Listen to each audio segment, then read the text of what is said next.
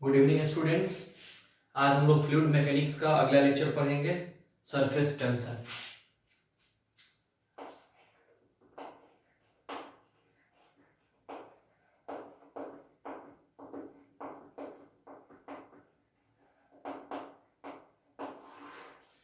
सबसे पहले बात करते हैं कि सरफेस टेंशन है क्या। ठीक, तो सबसे पहले हेडिंग बना ले सरफेस टेंशन, और यहाँ एक पॉइंट बना और पॉइंट बना के लिख कि the property of liquid of a surface to retain in minimum surface area. Surface tension में पहला प्रॉपर्टी पॉइंट बना के लिखो कि द प्रॉपर्टी ऑफ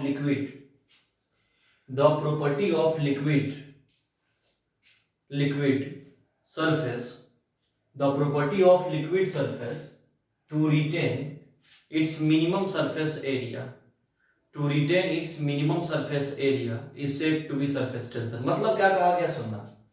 कहा गया कि सरफेस टेंशन लिक्विड का एक प्रॉपर्टी है।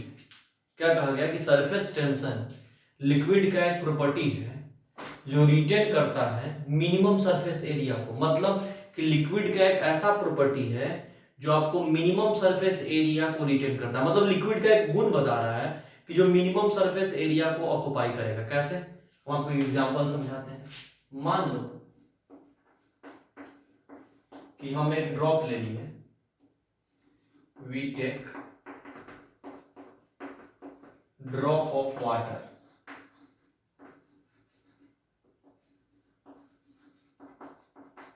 अब तुम गौर करना, जैसे नल वल से पानी का, जैसे मान लो कि नल वल का टंकी का पानी पूरा खत्म हो गया, ठीक, तो नल से देखते हुए ड्रॉप ड्रॉप करके पानी निकलता है। तो ड्रॉप ड्रॉप करके पानी निकल रहा है, तो मान लो कि पानी का एक ड्रॉप जो देखते हैं हम लोग, तो वो ड्रॉप देखने में किस शेप का लगता है, ट्रायंगुलर, स्फेरिकल, सिलेंड्रिकल। क्या, तो हम बोलेंगे इसका एक ड्रॉप जो होता है वो हमें स्फेरिकल शेप का दिखाई देता है। कौन शेप का, स्फेरिकल। तो जब ये स्फेरिकल शेप का दिखाई दिया ड्रॉप,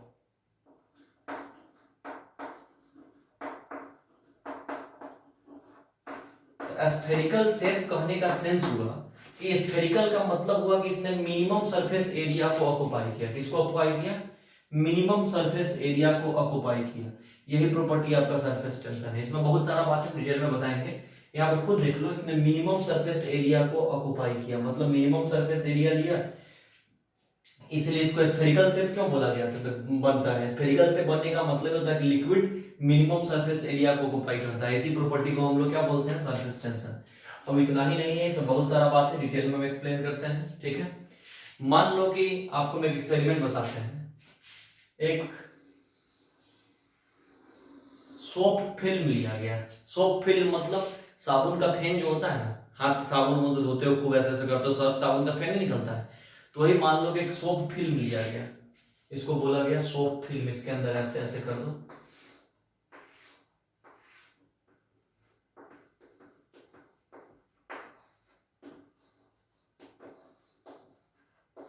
अब मान लो कि जब ये सोप फिल्म है, कौन फिल्म है, सोप फिल्म। अब तुम गौर करोगे, सोप फिल्म के अंदर में हमने एक धागा को रख दिया इररेगुलर शेप का। गौर से देख लो, सोप फिल्म के अंदर में हमने एक धागा को रख दिया ऐसे ही, कोई दिक्कत, थ्रेड, थ्रेड मतलब धागा, इसको ऐसे रख दिया। अब क्या कर रहे हैं कि हम इस थ्रेड पे, अब हम क्या कर रहे हैं कि हम इस थ्रेड के ऊपर एक्सटर्नल फोर्स लगा रहे हैं।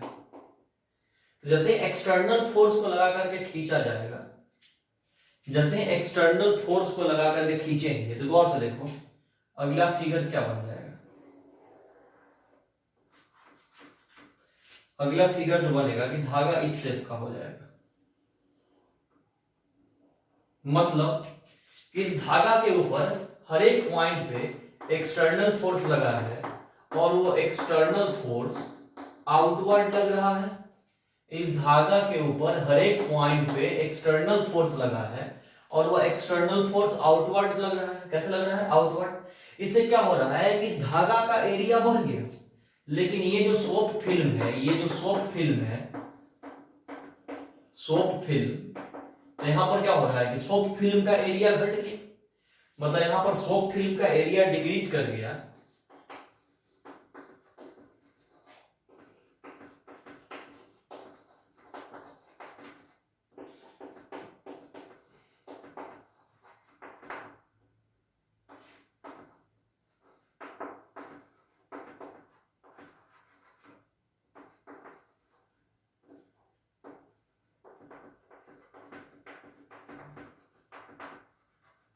मतलब क्या हुआ कि यहाँ पर सोप फिल्म का एरिया घट गया लेकिन थ्रेड का एरिया बढ़ गया, कोई दिक्कत? मतलब यहाँ पर सिंपली बोलेंगे कि धागा का एरिया खींचने पे बढ़ गया है और सोप फिल्म का एरिया घट गया है। तो सोप फिल्म का एरिया घट गया ना, मतलब क्या हो रहा है कि ये जो लिक्विड है वह मिनिमम सरफेस एरिया को ऑक्युपाई कर रहा है। इसी प्रॉपर्टी को हम लोग क्या बोलते हैं? Surface tension. अब इसको एक्सपेरिमेंटली कैसे निकाला गया है उसको हम बताते हैं, ठीक है?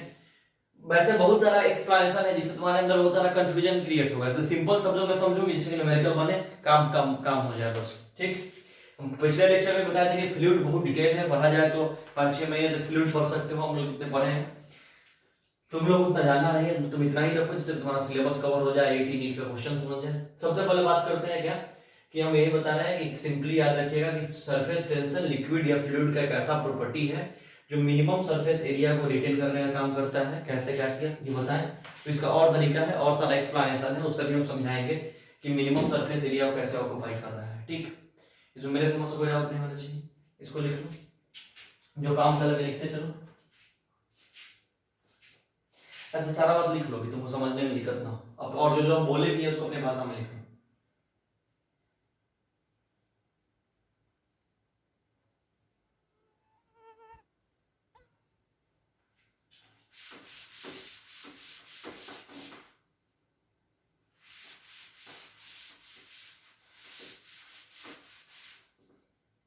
अब मान लो कि एक और एक्सपेरिमेंट है, हम दिखाते हैं।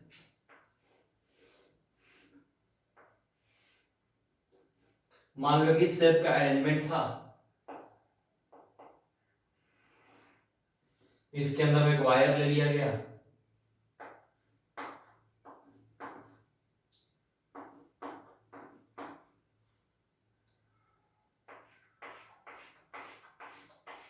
पूरे इसके अंदर फ्लूइड भरा हुआ था और वायर लिया गया और उसको परपेंडिकुलरली अंदर की तरफ खींचा गया, ठीक? तो सोच के देख कि जब यहां पर हम सिंपली बात करें कि स्लाइडिंग वायर स्लाइड्स इनवर्ड, तो जैसे ही ये वायर स्लाइड करने वाला है, अगर फोर्स लगा के इसको अंदर की तरफ खींचा जाए तो कॉमन सेंस लगाना कि वायर जैसे जैसे अंदर जाएगा फ्लूइड घटते जाएगा, तो फ्लूइड घटते जाएगा मतलब वो अपने मिनिमम सरफेस एरिया को ऑक्युपाई कर रहा है। मतलब स्लाइडिंग वायर स्लाइड्स इनवर्ड, ये वायर है,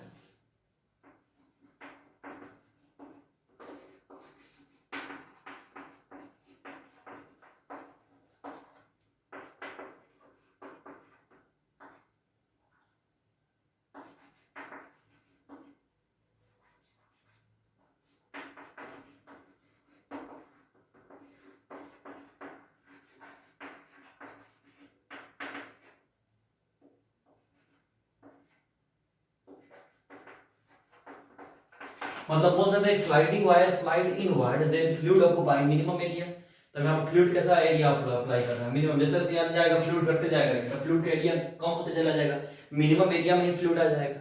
बात समझ रहे हो ना? एक और तरीके से इस एक्सपेरिमेंट को बताया गया,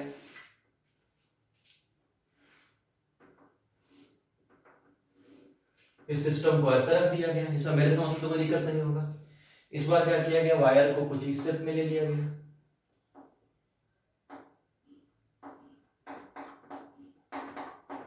ये सब फोर्स वायर पे परपेंडिकुलरली लग रहा है, तो क्या हुआ, और इसके अंदर पूरे में फ्लूइड भरा हुआ था।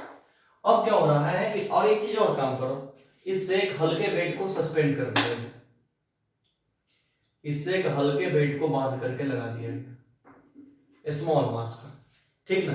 कोई दिक्कत? मतलब यहां पर लिख सकते हो कि हल्का वेट।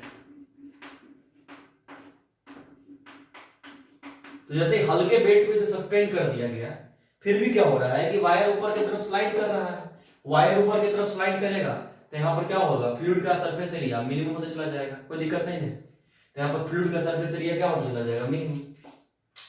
तो ये कहने का सेंस कि ये सारा प्रॉपर्टी सरफेस टेंशन का है, जो मैं बताता है कि सरफेस सिंपली फिर फाइनली एक्सप्लेन कर रहा है कि सरफेस टेंशन फ्लूइड का लिक्विड का कैसा प्रॉपर्टी है जो हमें एक्सप्लेन करता है कि फ्लूइड मिनिमम सरफेस एरिया को ऑक्युपाई करेगा। किसको ऑक्युपाई करेगा? मिनिमम सरफेस एरिया को। इसमें मेरे समझ से तो कोई दिक्कत नहीं होगा, ये सब बात एकदम समझ में आ गया। चल अब करते क्या है कि अगला क्वेश्चन देना है, ये रुक जाओ, एक पहले सरफेस टेंशन को कैलकुलेट कर लेते हैं। अब मान लो कि सरफेस टेंशन निकालेंगे कैसे, तो मान लो हम एक लिक्विड का ड्रॉप ले लिए, या एक सोप फिल्म ले ली, जो लेना है ले लो, कोई दिक्कत। इसके अंदर में एक इमेजिनरी लाइन ले ली है, वर्टिकल परपेंडिकुलर एक इमेजिनरी लाइन ले ली है, ठीक, इसमें कोई दिक्कत। अब तुम गौर करो,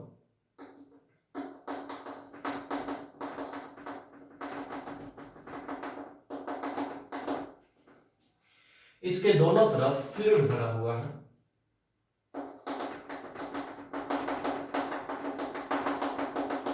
तो ये वाला फ्लूइड इस पर इस तरफ से फोर्स लगा रहा होगा यानी प्रेशर, और ये वाला फ्लूइड इस पर इस तरफ से प्रेशर लगा रहा होगा। ये चाह रहा होगा इसको इधर कर देना, इस लाइन को, और ये चाह रहा होगा इधर कर देना। गौर से बात को समझना। इस इमेजिनरी लाइन का लेंथ मान लेते हैं एल, लेंथ क्या मान लेते हैं एल, इसमें तो कोई दिक्कत नहीं होगा। तो अब खुद सोचो कि इस पर जब दोनों डायरेक्शन में इसका फोर्स, ये वाले फ्लूइड का फोर्स इधर लग रहा होगा, तो ये वाले फ्लूइड के फोर्स का डायरेक्शन ये होगा, खुद सोचो, और इसके फ्लूइड के फोर्स का डायरेक्शन ये होगा। इसमें मेरे समझ से तो कोई दिक्कत नहीं, मतलब इसके फ्लूइड के फोर्स का डायरेक्शन ये, इसके फ्लूइड के फोर्स का डायरेक्शन ये, ये तो परपेंडिकुलर हुआ, इसमें कोई दिक्कत। तो यहीं पर कहा जाता है क्या कि सरफेस टेंशन कोई पूछेगा क्या होता है, तो सिंपली बोला जाएगा कि force perpendicular per unit length, ठीक। इसमें मेरे समझ से तो कोई दिक्कत नहीं होगा, force perpendicular per unit length, और इसका जितना लेंथ है उतना ही लेंथ में ये फोर्स परपेंडिकुलर ही लग रहा है, वही force perpendicular per unit length को ही बोला जाता है सरफेस टेंशन, ठीक। तो यहाँ फोर्स परपेंडिकुलर अगर कोई पूछेगा बोल देंगे सरफेस टेंशन इनटू लेंथ, इसमें तो मेरे समझ से कोई दिक्कत नहीं होगा। यहां तक का कॉन्सेप्ट क्लियर है, इसको नोट करिए, फिर एक क्वेश्चन करवाते हैं एससी वर्मा का।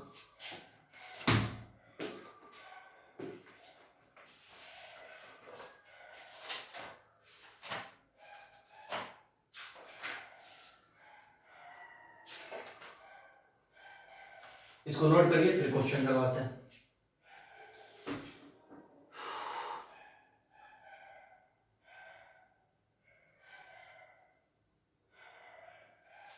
इसको नोट करिए, मेरे पास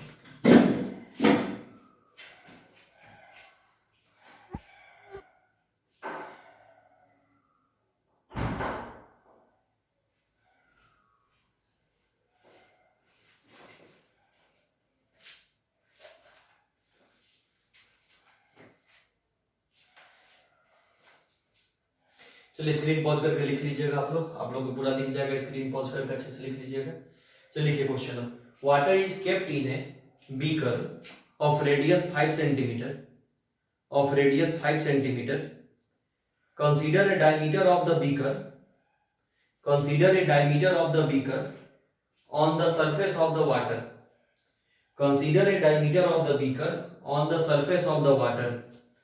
find the force by which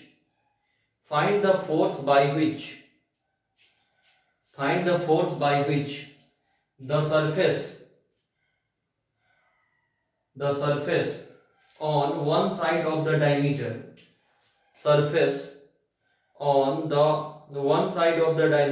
pulls the surface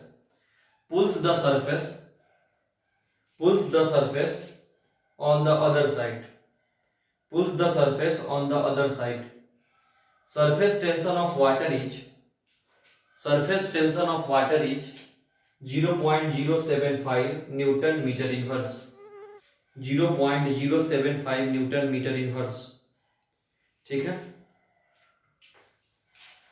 बनाइए इसको। क्वेश्चन क्या कर रहा है हम समझा देते हैं कि वाटर एक बीकर के अंदर दिया गया है, जिस बीकर रखा गया है, बीकर का रेडियस 5 सेंटीमीटर दे दिया है, और उसका डायमीटर जो है बीकर का on the surface of the water, मतलब वाटर का सरफेस जो है उसके डायमीटर के माना गया है, ठीक। रेडियस को दुगना कर दीजिएगा, फोर्स निकाल देना है, सिंपल क्वेश्चन है। खुद क्वेश्चन को पढ़िए, समझ में आ जाएगा और जल्दी बना दीजिए, एकदम सिंपल कॉन्सेप्ट है।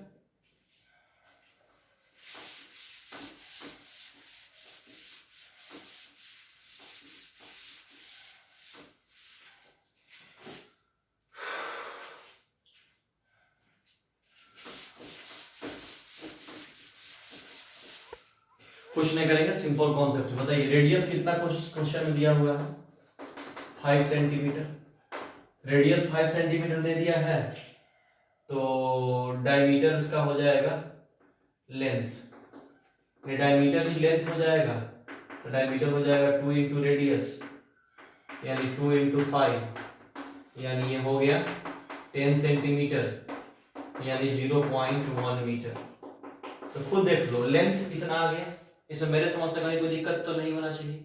अब हमें सरफेस टेंशन गिवन है, जो सरफेस टेंशन गिवन है 0.075 वाटर का, ठीक। तो वाटर का जब सरफेस टेंशन 0.075, सरफेस टेंशन का यूनिट होता है, खुद समझ रहे हो, फोर्स पर यूनिट लेंथ, तो फोर्स का न्यूटन, लेंथ का मीटर, तो न्यूटन मीटर इनवर्स। अब ये सब तो पूरा फिजिक्स पढ़ा दिए, ये सब अब यूनिट बताने का समय अब नहीं है, ये तो आपको समझ में आ गया होगा।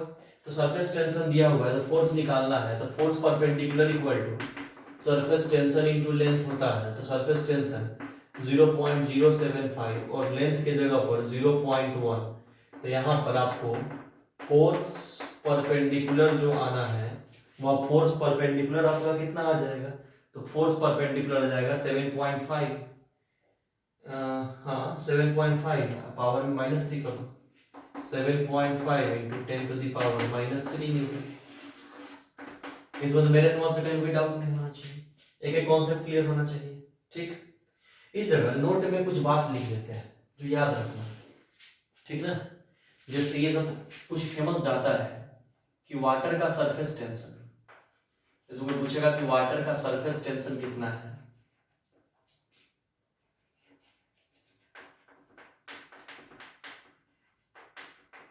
तो याद रखिएगा कि वाटर का कितना होता है 0.075, ठीक। वाटर के बाद मान लो जैसे सोप फिल्म का या सोप सॉल्यूशन मान लो, उसी को बोलते हैं सोप सॉल्यूशन। तो सोप सॉल्यूशन का आप याद रखिएगा 0 पॉइंट शायद होता है 0.03, ऐसे 80 बार में दिया हुआ है, एक बार आप चेक कर लेना, समझ से मेरे समझ से 0.03 होता है, ठीक। और मरकरी का होता है,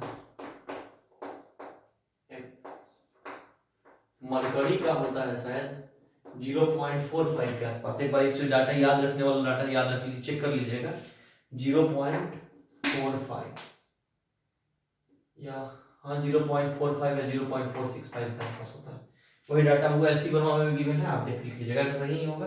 ये सब मेरे समझ से कोई दिक्कत, ये सब काम का बात है, एक बार नोट कर लीजिए, इसको याद कर लीजिएगा, इसमें मेरे समझ से कोई दिक्कत।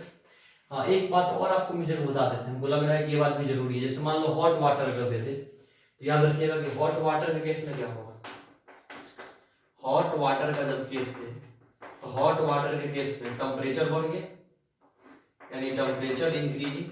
तो याद रखिएगा हॉट वाटर के केस में जब टेम्परेचर इंक्रीज करेगा तो सरफेस टेंशन डिक्रीज कर जाएगा, मतलब हॉट वाटर का सरफेस टेंशन और कम होगा।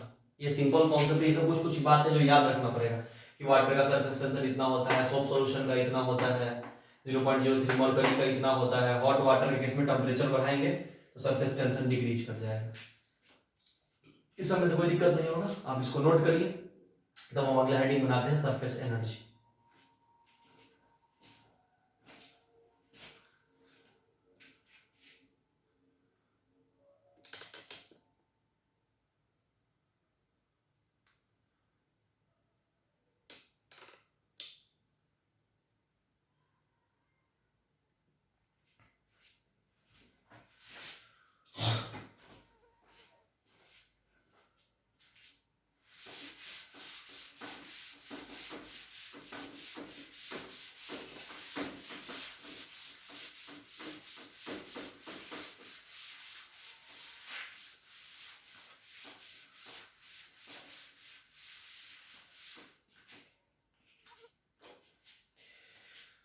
अब बात करते हैं हम लोग सरफेस एनर्जी के ऊपर।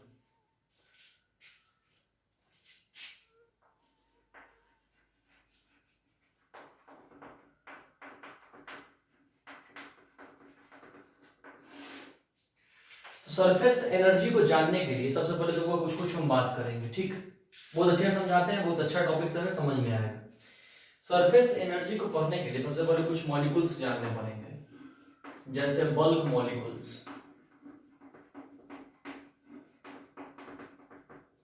तो कोई आपसे बच्चा अगर पूछता है कि बल्क मॉलिक्यूल्स क्या होते हैं, तो जवाब देना कि वैसा मॉलिक्यूल्स, जैसे मान लो कंटेनर पूरे में लिक्विड भरा हुआ है, एक कंटेनर है पूरे में क्या भरा हुआ है, लिक्विड। तो लिक्विड के अंदर जब एक मॉलिक्यूल डूबा हुआ होगा पूरे तरीके से, लिक्विड के अंदर जब एक मॉलिक्यूल डूबा हुआ होगा, तो वैसे मॉलिक्यूल को हम लोग बोलते हैं, तरह से बल्क मॉलिक्यूल्स। क्या बोलते हैं, बल्क मॉलिक्यूल्स। ठीक है, कोई दिक्कत? और तुमको समझाने की कोशिश करते हैं कि सरफेस एनर्जी क्या है। पहले बल्क मॉलिक्यूल का मतलब मोटा मोटी समझ में आ गया, तो हम तुमको समझाने की कोशिश करते हैं कि सरफेस एनर्जी है क्या। मान लो कि हमने कंटेनर लिया,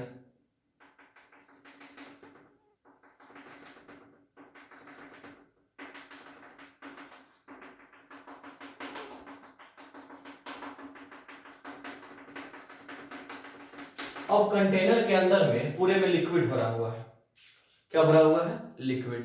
ठीक, अब तुम गौर करोगे दो कहानी होगा, एक कि एक मॉलिक्यूल पूरी तरीके से लिक्विड के अंदर डूबा हुआ होगा। ठीक, दो बात कर रहे सुनना, कि एक मॉलिक्यूल्स पूरी तरीके से लिक्विड के अंदर डूबा हुआ होगा।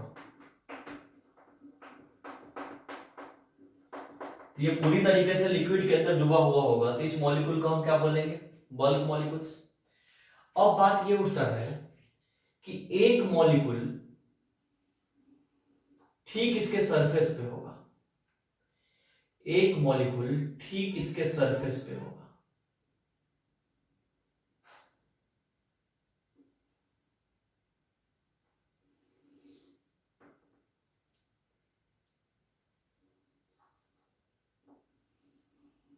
गौर से देख, तो एक मॉलिक्यूल सरफेस के ऊपर है, एकदम सरफेस, लिक्विड सरफेस, यहीं तक लिक्विड है मान लें। एक मॉलिक्यूल सरफेस पे है, मतलब ये सरफेस मॉलिक्यूल है।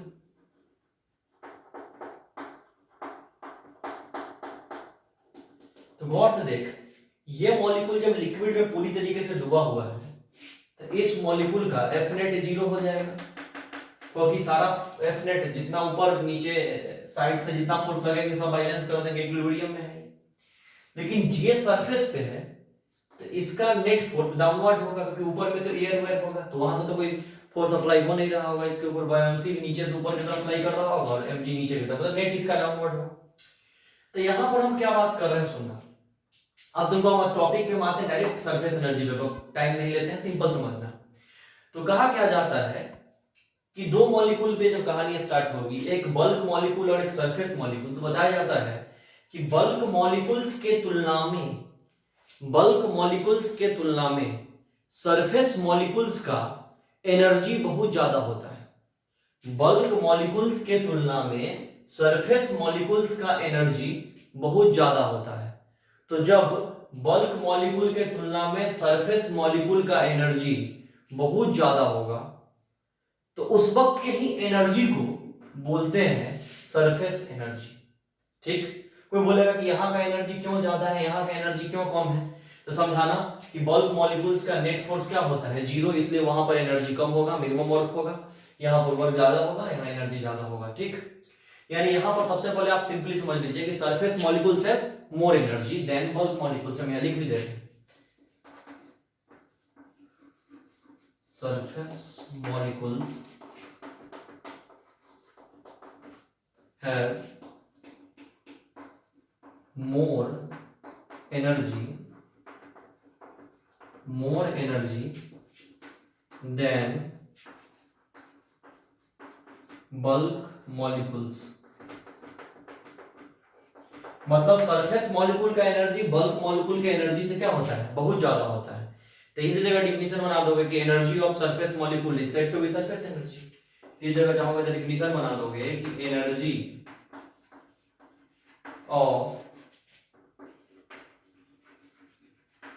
surface molecules is said to be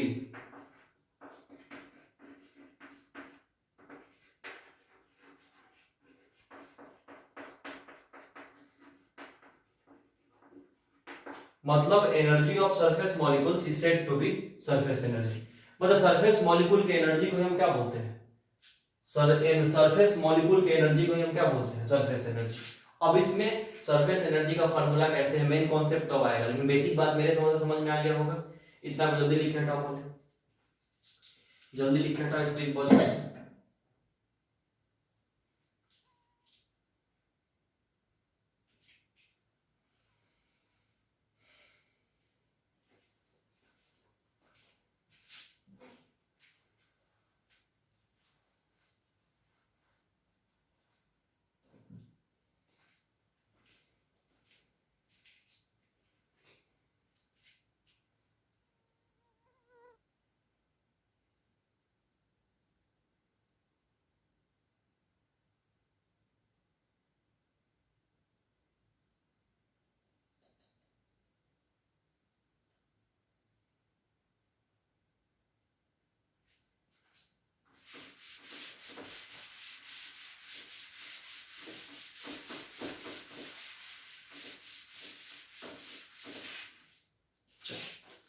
अब हम बात करते हैं, क्या सुनना है ढंग से, हम डायग्राम के साथ एक्सप्लेन करते हैं।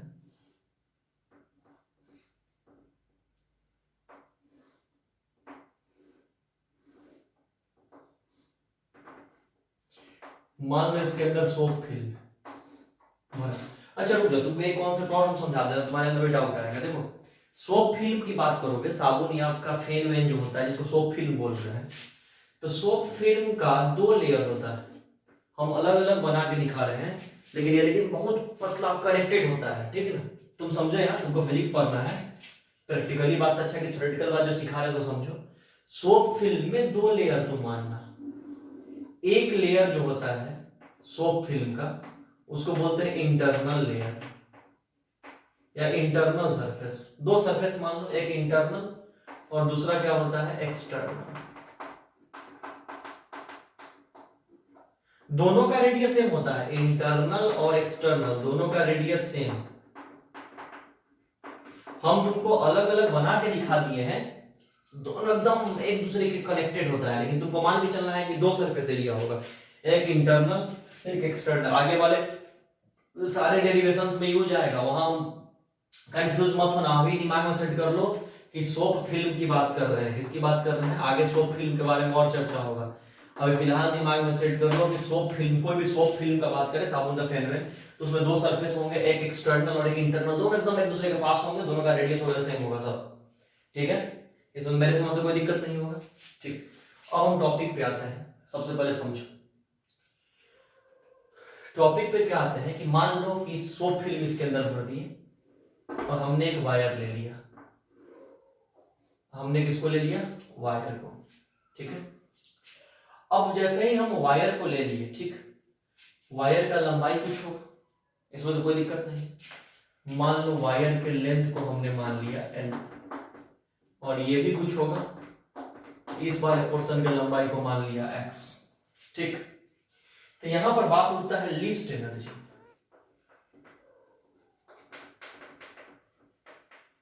लीस्ट एनर्जी का मतलब हुआ मिनिमम एनर्जी, इसमें मेरे समझ से तो कोई दिक्कत नहीं है। तो लीस्ट एनर्जी यानी कि मिनिमम एनर्जी हुआ, वो स्टेबल स्टेट की कहानी होती है, खैर उसमें भी जाएंगे, बाउंस कर जाएगा। तुमको ये बात इस फिगर समझ में आ रहा होगा। तो यहां पर बता, सरफेस टेंशन भी पढ़ा है, लिक्विड का प्रॉपर्टी क्या होता है कि वो हम मिनिमम सरफेस एरिया को ऑक्युपाई करें। Liquid surface tries to minimum, यहां पर हम लिख भी रहे हैं कि liquid surface tries to occupy spelling ध्यान मत देना, liquid surface try to occupy minimum surface area. मतलब लिक्विड सरफेस ट्राई करेगा कि सरफेस एरिया जितना मिनिमम कर सके। तो खुद सोच, सोप फिल्म क्या चाहेगा कि वायर इसके अंदर जाए। सोप फिल्म क्या चाहेगा कि ये वायर जो है वह इसके अंदर जाए, कोई दिक्कत। लेकिन सोच कि अगर हम इस वायर को एक एक्सटर्नल एजेंट के सहारे, एक्सटर्नल फोर्स के सहारे अगर बाहर खींचे, तो जैसे ही बाहर खींचेंगे तो सरफेस एरिया बढ़ जाएगा। तो सोप फिल्म का, अरे खुद सोचो कि अगर ये अंदर जाता तो सोप फिल्म का एरिया घट जाता, सरफेस टेंशन में तुरंत सिखाए हैं। लेकिन अगर हम किसी एक्सटर्नल फोर्स के सहारे इस वायर को अगर बाहर खींच दें तो सोप फिल्म का सरफेस एरिया बढ़ जाएगा। तो जैसे ही बाहर खींचेंगे तो सोप फिल्म का सरफेस एरिया अगर बढ़ जाएगा तो खुद सोचो सोप फिल्म का सरफेस एरिया बढ़ेगा तो यहाँ पर वर्क डन होगा, और उसी एक्सटर्नल वर्क डन को हम कैलकुलेट कर लेंगे। बात समझ रहे हो ना? तो मान लो कि हम यहाँ एक्सटर्नल फोर्स के सहारे इस वायर को बाहर खींच लेते हैं। तो जैसे एक्सटर्नल फोर्स के सहारे हम इस वायर को बाहर खींचेंगे तो खुद सोचो यहाँ एक्सटर्नल फोर्स एक या दो, तो बोलेंगे नहीं सर दो, क्योंकि सोप फिल्म के लिए कितना सरफेस माना गया हुआ है, ये तो वायर सोप फिल्म में कनेक्टेड ही ना है, सोप फिल्म में टच ही नहीं है। तो सोप फिल्म का एरिया बढ़ा एक्सटर्नल फोर्स लगाने से, तो सोप फिल्म में कितना एरिया, दो एरिया, एक्सटर्नल और इंटरनल। तो फोर्स यहाँ पर कितना मानेंगे कि 2F फोर्स से हम इसको बाहर खींचेंगे। बात समझ रहे हो ना? तो जब इसको बाहर खींचोगे तो इसके लंबाई में कुछ ये बढ़ेगा, तो इसका अभी तक लंबाई x था, ये आगे जाएगा तो इसका चेंज इन लंबाई बढ़ के डेल x बढ़ जाएगा। बात समझ रहे हो ना? तो इस वक्त अगर यहां कोई बोले तुमसे कि वर्क डन निकालो,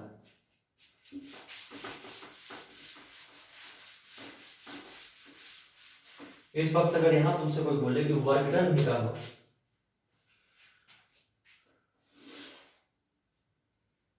तो खुद सोचो वर्क क्या होगा, वर्क डन बाय एक्सटर्नल क्या होगा। तो खुद सोचो वर्क डन किसी का भी फोर्स इनटू डिस्प्लेसमेंट होता है। तो बताओ यहाँ फोर्स 2F हुआ तो इस वायर में डिस्प्लेसमेंट कितना हुआ, x तो पहले से था, डिस्प्लेसमेंट होकर डेल x गया, यानी 2F इंटू डेल x। कोई दिक्कत? ये तो समझ में आ रहा होगा। अब बात करते हैं सरफेस टेंशन की। तो खुद सोचो सरफेस टेंशन क्या पढ़ाए थे, फोर्स के जगह पर surface tension into length into del x। बोल याद आया?